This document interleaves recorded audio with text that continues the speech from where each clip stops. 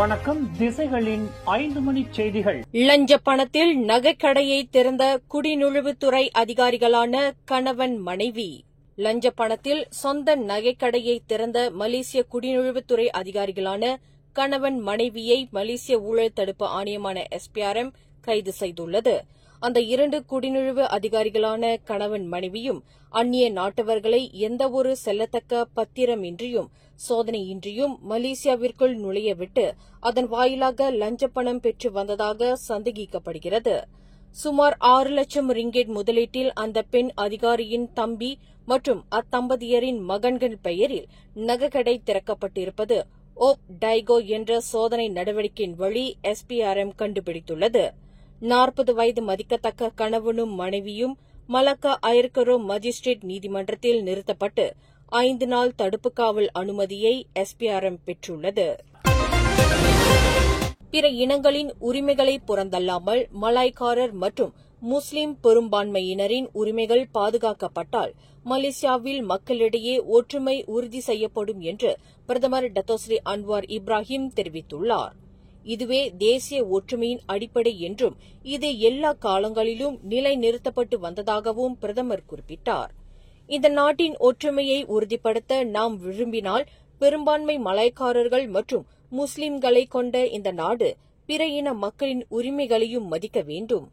குறிப்பாக சீனர்கள், இந்தியர்கள், ஓராங் அஸ்லி, டயாக் கடசான் ஆகியோரின் உரிமைகளுக்கும் உத்தரவாதம் அளிக்க வேண்டும் என்று பிரதமர் கேட்டுக் கொண்டார். இன்று மெர்சிங்கில் ஜொஹூர் மாநில சாரணர் இயக்கத்துடன் நடைபெற்ற சந்திப்பு நிகழ்வில் பிரதமர் இதனை வலியுறுத்தினார். அரசாங்க பொது பல்கலைக்கழகங்களில் மாணவர் சேர்ப்பிற்கு தற்போது கடைபிடிக்கப்பட்டு வரும் நடைமுறையை உயர்கல்வி அமைச்சர் Datuk Seri doctor Zambry Abdul Kadir தற்காத்து பேசினார். அரசாங்க உயர்கல்விக் கூடங்கள் சிறந்த மாணவர்களை உருவாக்குவதில் நிரூபிக்கப்பட்ட சாதனை பதிவை கொண்டிருப்பதால் தற்போதுள்ள பல்கலைக்கழக நுழைவுத் தேர்வு முறைகளை சர்ச்சை செய்யவோ சவால் விடவோ வேண்டாம் என்று டாக்டர் ஜம்ரி அறிவுறுத்தியுள்ளார். ஜொஹூர் மாநிலத்தில் இன்று காலை முதல் கனத்த மழை கொட்டி தீர்த்த நிலையில் மாமன்னர் சுல்தான் இப்ராஹிம் ஜொஹூர் நீர்நிலைகளை நேரடியாக பார்வையிட்டார். கொத்ததிங்கி நீர்நிலைகளை நோக்கி ஸ்தூலாங் லாவோட் அரச படகுத்துறையிலிருந்து தமது சொந்த படகில் மாமன்னரே படகை செலுத்திய நிலையில் நீர்நிலைகளை பார்வையிட்டார். மாமன்னரின் இந்த திடீர் வருகையும் நீர்நிலைகளை நேரடியாக பார்வையிட்டதும் மக்கள் மீது அவர் கொண்டிருந்த அக்கறையை புலப்படுத்தியது. தனது முன்னாள் மனைவியையும் ஆடவரையும் வெட்டிக் கொன்றதாக சந்தேகிக்கப்படும் நபர் கைது செய்யப்பட்டார். அலுஸ்டார் குவா செம்படா தாமன் நோனாவில் நிகழ்ந்த இந்த சம்பவம் தொடர்பில் கடந்த 2 நாட்களாக தேடப்பட்டு வந்த 29 வயதுடைய நபர் நேற்று காலை 9:45 மணியளவில் கோலாத்திரங்கானுவில் கைது செய்யப்பட்டார். அந்த நபரை வரும் செப்டம்பர் 18ஆம் தேதி வரை தடுத்து வைப்பதற்கு போலீசார் நீதிமன்ற ஆணையை பெற்றுள்ளனர். நாட்டின் பொருளாதார அமைச்சராக தாம் பொறுப்பேற்றிருந்த போது தமது மாத வருமானம் 29,000 ரிங்கெட் என்று PKR கட்சியின் முன்னாள் துணைத் தலைவர் ரஃபீசி ரம்லி இன்று அம்பலப்படுத்தினார்.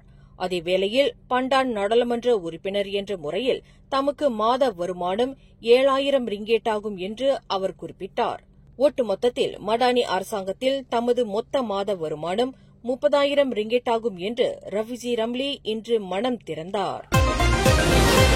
மாதுவின் காரை மோதி தள்ளிய பின்னர் அவரை தாக்குவது போல் மிரட்டல் விடுத்து சென்ற நபரை காஜாங் மாவட்ட போலீஸ் தேடி வருகின்றனர். காரை செலுத்திய மாதுவை அச்சுறுத்தும் அந்த நபரின் செயல் தொடர்பான காணொலி சமூக வலைதளங்களில் வைரலானதைத் தொடர்ந்து அந்த நபர் தேடப்பட்டு வருவதாக காஜாங் மாவட்ட போலீஸ் தலைவர் ACP நஸ்ரோன் அப்துல் யூசுப் தெரிவித்தார். இந்த சம்பவம் நேற்றிரவு 7:50 மணியளவில் நிகழ்ந்துள்ளது. இதுகுறித்து 31 வயதுடைய பெண் நிர்வாகி போலீசில் புகார் செய்திருப்பதாக அவர் குறிப்பிட்டார். மேலும் செய்திகளை தெரிந்து கொள்ள கீழே இருக்கும் பெல் பட்டனை அழுத்துங்கள். உங்கள் மகிழ்ச்சியை வெளிப்படுத்த லைக் மற்றும் ஷேர் செய்யுங்கள். தொடர்ந்து திசைகளோடு இணைந்திருக்க சப்ஸ்கிரைப் செய்யுங்கள்.